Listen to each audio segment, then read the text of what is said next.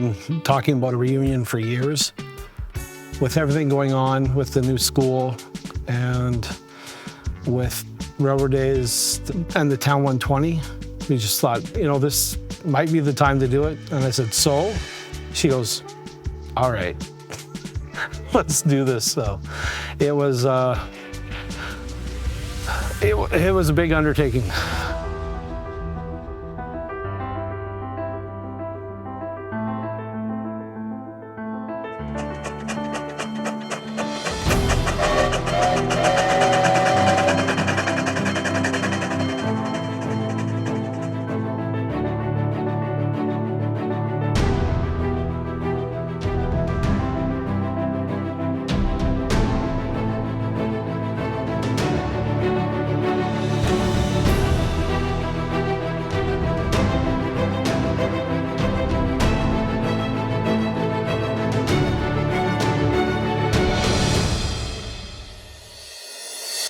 We started talking about how, we'll do the usual Railroad Daze, and I said, we need to do something big, and what's your idea? And I said, we're gonna have our locals, but we're also gonna bring in some names. We're trying to save the rec center. The rec center is major need of repair. The ice plant has now died. This was a big homecoming and also a fundraiser for our rec center. So I just started Googling and making phone calls. And I finally come across somebody out of BC. There's a booking agent out there. We needed a grant because everything was getting expensive. The rec now has tables, chairs, fencing, for anything. And we also have this tent. The town actually needed an outside shed for the salt sand and for their machine. And so we come up with the idea to buy that. We had to buy it anyways. So if we bought it for this, we set it up, then we have to just move it and then we have it. So it was a dual purpose. It worked out great. The giant tent, was a nightmare. That worked out beautifully. We had 3 other ones in sight. We had 3 other ideas. Everything fell through last minute. Managed to pull this one off. I don't know how. The nice part was when we put a call out for hands, that we need hands, the town showed up. People showed up that were in town for the reunion to help. Like when we were trying to get the main tent on the street together, it really took everybody to pull this off. Yeah, I'm Stuart Books, live in Rainy River here, and I was with the curling rink, and we decided to do the fundraiser for the 120th anniversary, so we did the bartending down in the big tent. The tents were delayed on the shipping because the truck broke down in Manitoba and they couldn't get the truck, so the tent was supposed to be here earlier than it was. And then on Monday, I guess we had 2 tents to set up instead of 1. I had the equipment and the time and got involved with the town crew of putting up both of the tents. There was a lot of older retired guys because we did this during the workday. The shift work guys were probably all sleeping on shift work. The younger guys, and a bunch of them came out that were available to help. There was a few guys that were quite a bit younger than me that helped. Nobody had saw the print for how to build the tent until the day we started building it. So we had a couple of guys that were figuring out how to put the cables up and cross brace everything and how long to make them. And some other guys were drilling in the cement pads, and other guys were assembling the brackets and the rafters. So it was quite the operation there. It ended up we didn't have anything in town big enough to lift up the top part of the rafters, so John Gavell sent his boom truck down from the emo there, and those guys lifted up the rafters. John Gavell was instrumental in making that happen. We were in trouble if we didn't have the help that came from John Gavell and his crew with his machinery. My hat's off to him. He definitely saved us. Then it had about a dozen people maybe to pull the tarp over the big tent. With everybody helping, it was done on, like, Wednesday maybe. So I'm Taya Haggerty. I was hired as a student through the town. I was still in university, so I was working in Thunder Bay just on my computer. I did a lot of the behind the scenes stuff. I had to gather the emails from every person from every class and have them all sorted by class so that people could get mass emails sent out about new events, planning, when ticket sales dropped. And then I helped spearhead all of our merch orders, getting the designs down and stuff like that.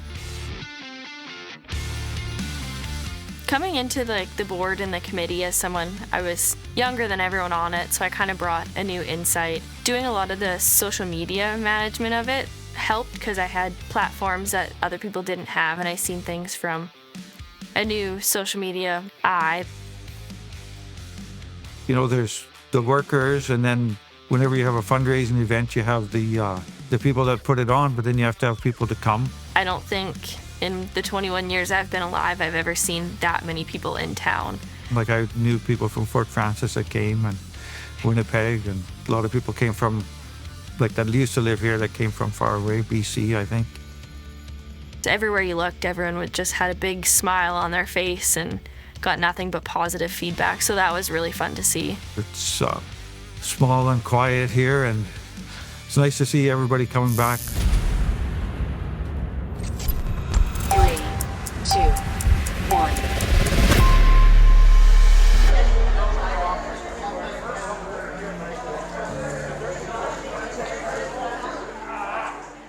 Now, family and friends, I welcome you to this gathering, which is made sacred with the spirit of love and the friendship that you bring.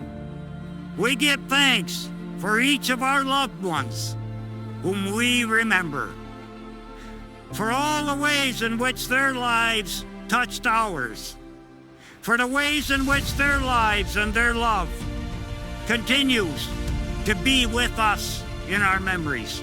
On behalf of the town of Rainy River and Major Hughes Branch 54th Legion, we would like to take a moment to recognize our only veteran in our community, Mr. Len Reesey.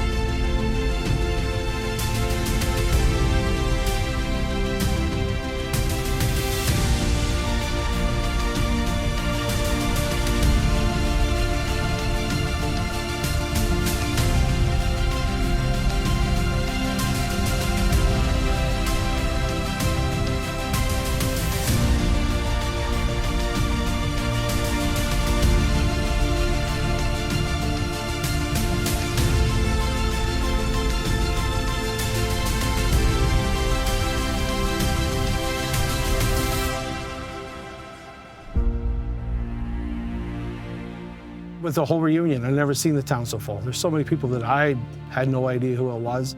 It was more of a turnout than I have ever expected.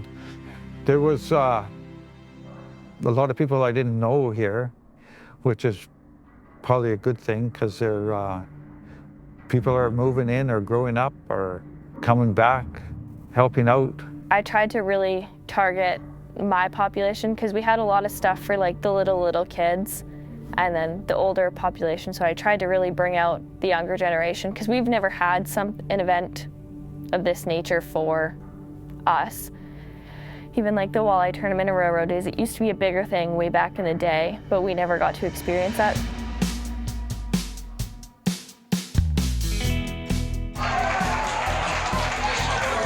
I used to travel with a band, and later on I will be with a band, but most of the time I travel now like this because my band travels so cheaply, and they never argue, and I get all the credit. It was difficult to try to decide how to set up the seating. It's our first time how to make it work. So, hindsight's always 20/20. We could have done things differently, but in the end, everyone seemed to enjoy themselves and it worked.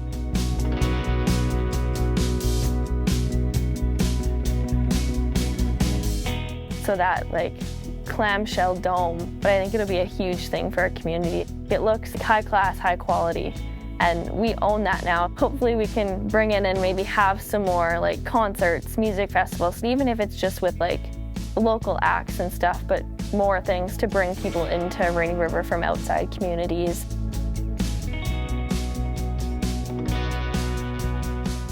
It's not as organized as some people would like, but we don't really know what we need and when we need them until it's time, and it seems like everybody around here steps up at the end, for sure.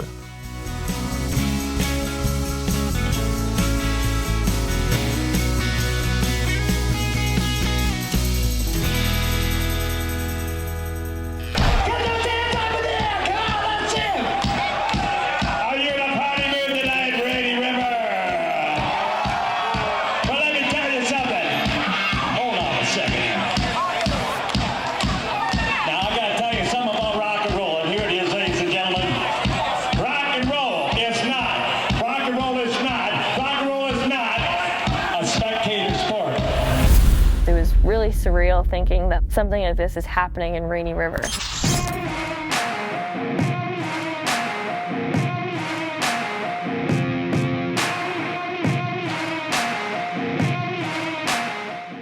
Glass Tiger and Helix, both bands were wonderful to deal with. They were very easy. All in all, both bands were very polite, loved the town.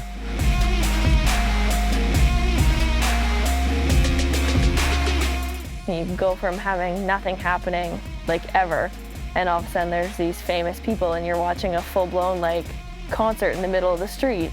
It was something I definitely never thought I'd see. Glass Tiger blew it out of the park. They sounded amazing. It just was unbelievable.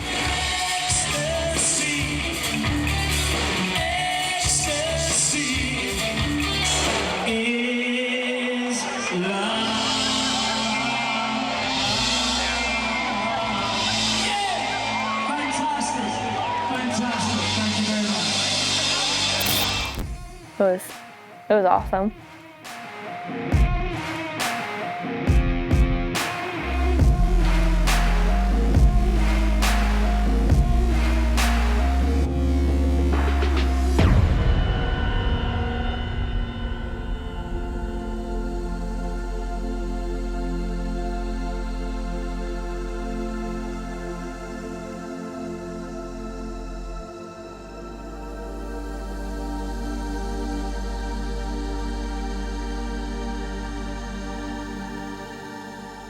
On this beautiful July morning, I pray for each one present here.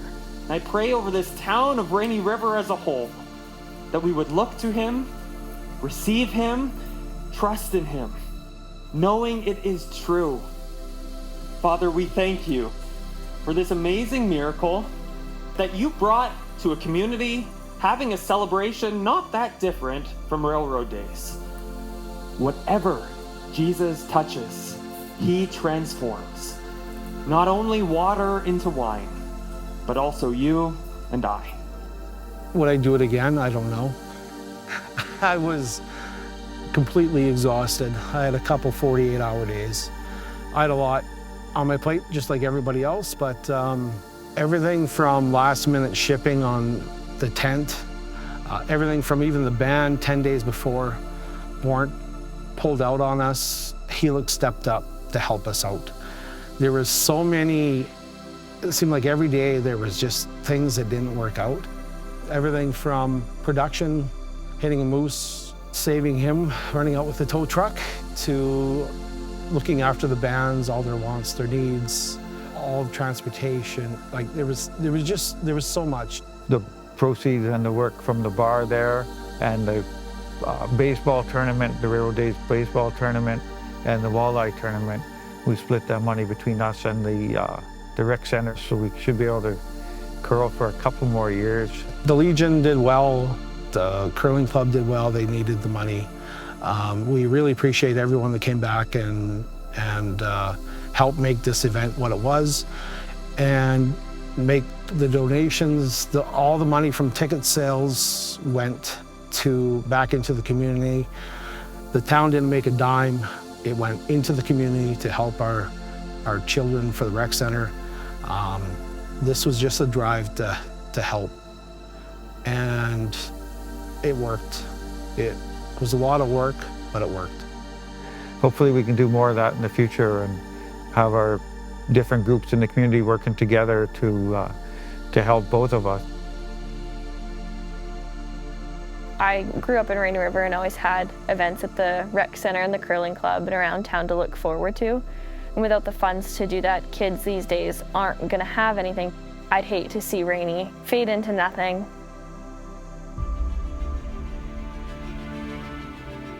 The population here seems to be a lot of older people. You know, there's more families growing up and they're busy raising the kids, and hopefully they'll realize that as time goes on that it's going to be their turn somewhere to keep the town going.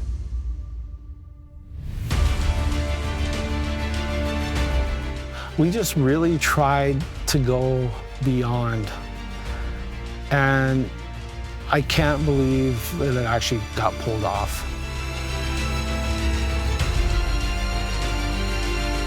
In the big scheme of things, I believe we definitely helped the community, and that's what we were trying to do.